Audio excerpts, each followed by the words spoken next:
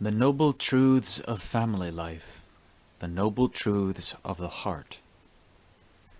People often say that the way Buddhism teaches constantly about the suffering of living beings is unpleasant to them, and makes them so depressed that they get no joy out of listening to the Dhamma.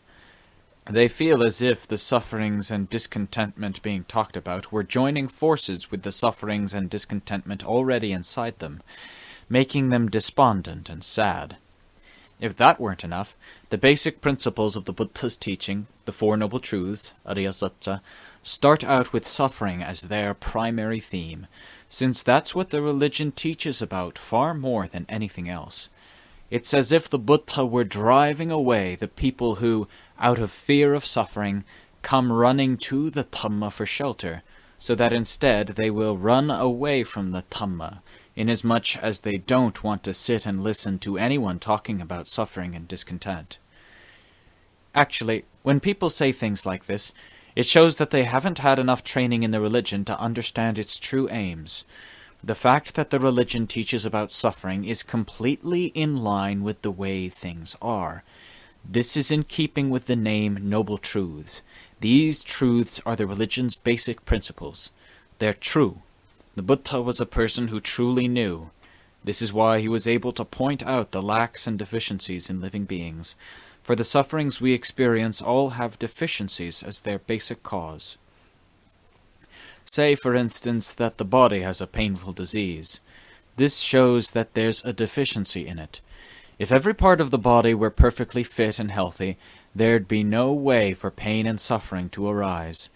You can see this from the people with their various ailments who come pouring into hospitals for examination and treatment.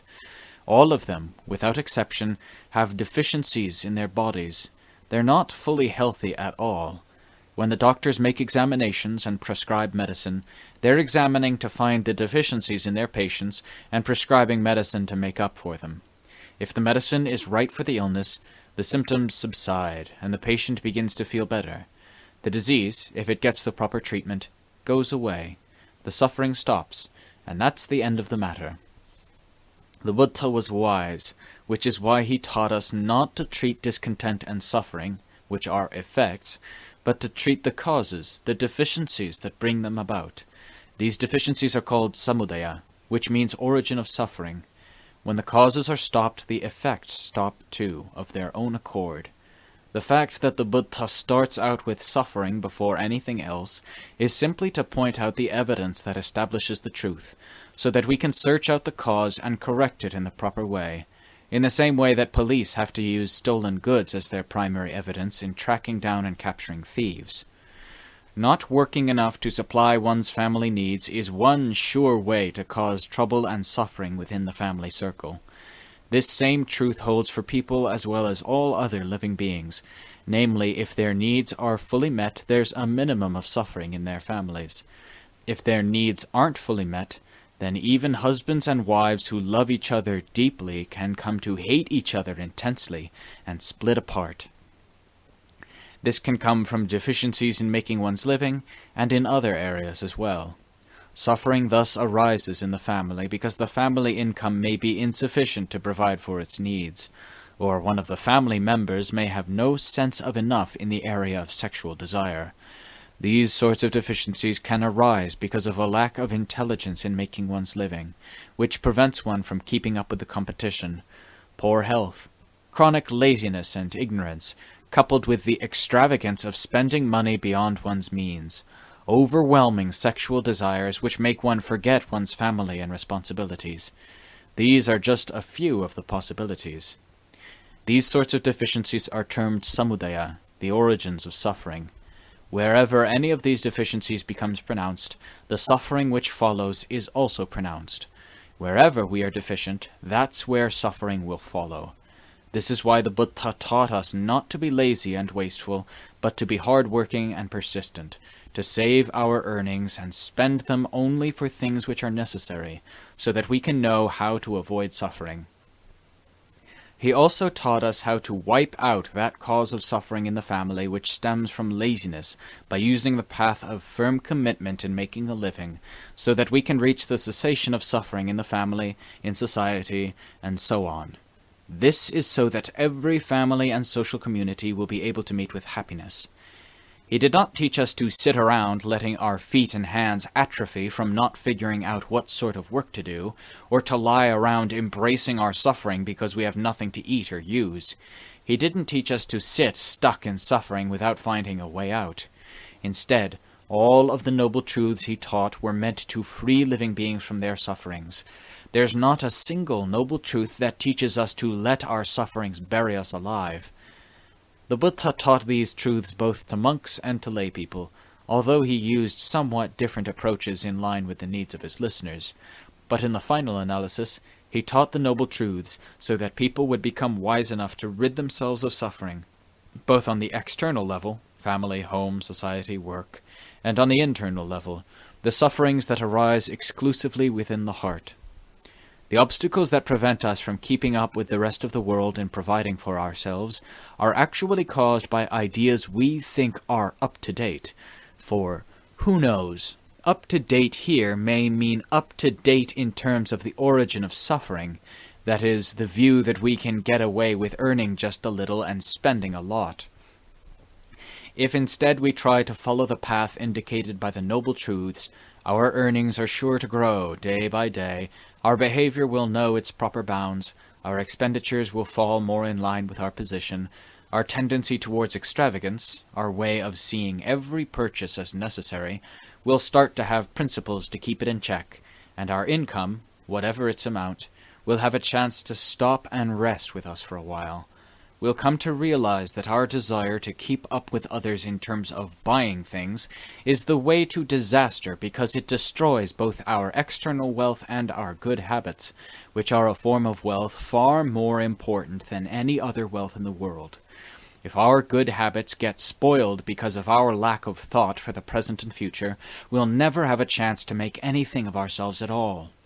People who don't overlook their good habits and try to reform their minds so as to stay within the bounds of moral virtue, all that is noble and good, are sure to shine both now and in the future, because basic good habits are the basis of all wealth. Any form of wealth, if we want it to last, must depend on good basic principles in the heart, steady principles which are not easily swayed by outside influences. If we have reasoning in charge of ourselves and our belongings, we'll be safe from the kind of loss that comes from being deceived by others or fooled by ourselves. Being fooled by ourselves is something hard to detect, even though it happens to us all the time. We work hard with our own hands to save up a nest egg, and then we ourselves are the ones who shatter it. Without a thought for what's proper, we spend it all in line with those desires that overcome our hearts. Even just this much should be enough to make us realize that we've got ourselves thoroughly fooled. So when the religion teaches us to conduct ourselves in the right way, to close off the opening that suffering has into our lives, it's the same sort of thing as when doctors explain diseases and medical treatment to their patients, so that they'll conduct themselves in the right way as to avoid illness. The noble truths teach us to be intelligent in running our lives. The fact that the religion teaches us to know the causes of happiness and suffering, plus how to eliminate that which is bad and foster that which is good, shows that it doesn't teach us to be negative or pessimistic, as some people believe. For this reason, we should make sure that we know the true purpose of the noble truths, which form the heart of every level of the world and every step of the Dhamma. People who hope for progress should analyze the noble truths so as to put them into practice in line with their position in life, so as to prosper both now and in the future. It's never happened that the noble truths of the Buddha have ever led to failure or loss for those who put them into practice. On the contrary, those who make use of these truths have become fine examples for the rest of the world to follow. What I've been talking about so far concerns the noble truths in general terms. You might call them the external noble truths, the noble truths of family life, or whatever seems right to you. Now I'd like to explain the noble truths within. The noble truths on this level deal, for the most part, exclusively with the heart. that underlying essence of mind, the fundamental quality of knowing upon which everything we experience is based. People who put the external noble truths into practice in a full and proper way, to the point where they enjoy happiness on the level of family life, may still have some deficiencies within their hearts, because suffering of this sort can happen to anyone on any level in life, rich, poor, men, women, lay people, or ordained. No exceptions are made. If there's a deficiency in the heart, suffering is bound to find a way to arise, just as with the body. The deficiencies or insufficiencies of the heart are of three major sorts: sensual craving, craving for becoming, and craving for no becoming. Each of these three forms of craving is an origin for suffering, because each of them acts as a weight on the heart. The way to cure them is to train oneself in the Dhamma so as to nourish the heart and give it peace. If we don't allow the heart to drink enough of the nourishment of the Dhamma to meet its needs, it's bound to become thirsty and slip out to various other preoccupations in search of other things to drink. But the water it finds in this way is for the most part like salt water. Once you drink it, you become more thirsty and have to drink more. As a result, your thirst will never be quenched. The heart thirsting for preoccupations that give rise to more craving will never reach the land of enough, but instead will stay stuck in the land of hunger. The Buddha thus measured the thirst for this sort of water by saying, "There is no river equal to craving." This is the sort of water that causes harm to those who drink it, aggravating their thirst, making them want to keep drinking more. If we persist in drinking a lot of it for long periods of time, our intestines are going to corrode away for sure. If we can't find any medicine to cure ourselves of this syndrome, our character will be destroyed, and we'll be sure to die. Wise people have seen the harm of this sort of water, and so have taught us to avoid it, and to search for various techniques to cut away at these three forms of craving. They teach us to train the heart with the Dhamma, the most tasteful and nourishing beverage for it, to make it give up its taste for salt water, and take only the flavor of the Dhamma as its nourishment. When we train the heart with the Dhamma until it gives rise to a feeling of peace and contentment, that's the flavor of the Dhamma that nourishes and benefits the person who drinks it. The more we drink it, the more peace and contentment we'll feel. At the same time, we'll create an expansive and cheerful world within the heart. We'll see animals as animals, people as people, evil as really evil, and good as really good.